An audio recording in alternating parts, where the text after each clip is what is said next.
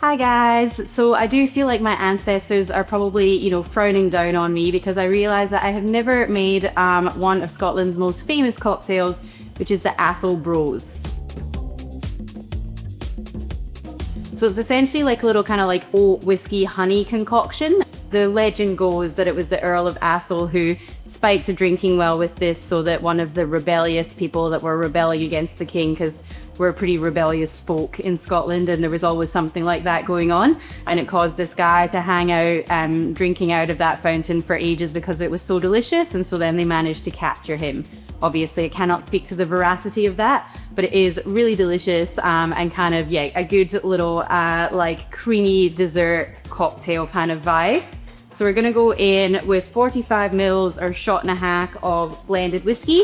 I'm using this one from the guys behind Adelphi. It's called McLean's Nose. It's really delicious.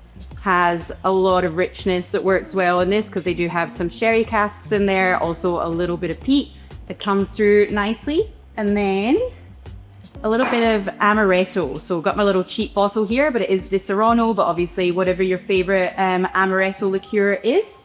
It is also National Amaretto Day, which is how I re-stumbled upon this recipe and kind of made me think of that.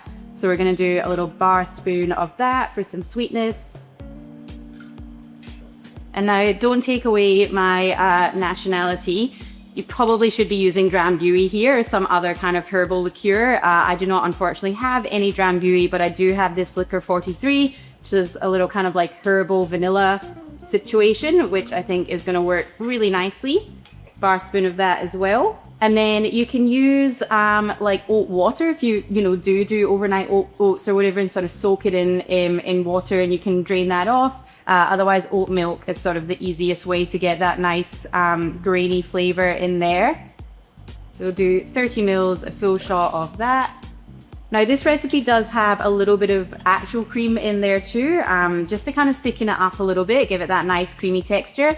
Obviously if you want to make it vegan or you don't eat dairy or whatever, then you can leave that out and just do it all oat milk. This is just 10 mils for that kind of luscious texture in there.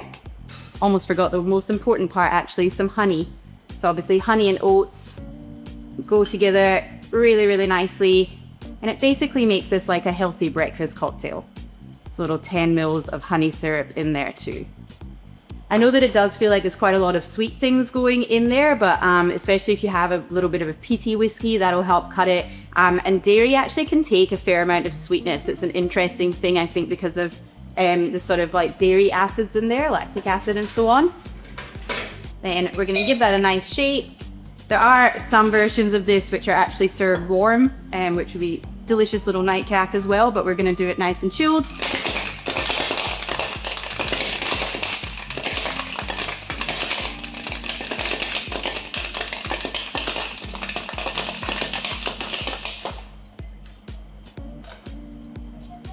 Tastes like home. Pour this into a nice chilled glass.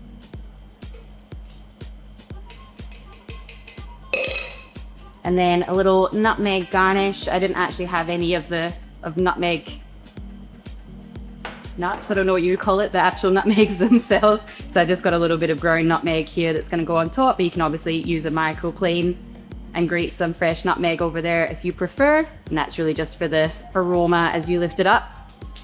And there we have an Athol Bros. The whiskey definitely comes through, like you can tell it's boozy, but it's really yummy, really nicely balanced, so rich and decadent. It reminds me, probably unsurprisingly, of a Scottish dessert called Cranachan, which is kind of like a creamy oats and often with fresh raspberries. But yeah, very, very delicious. If you have not tried it yet, then give it a go. The Athol Bros. So now you know.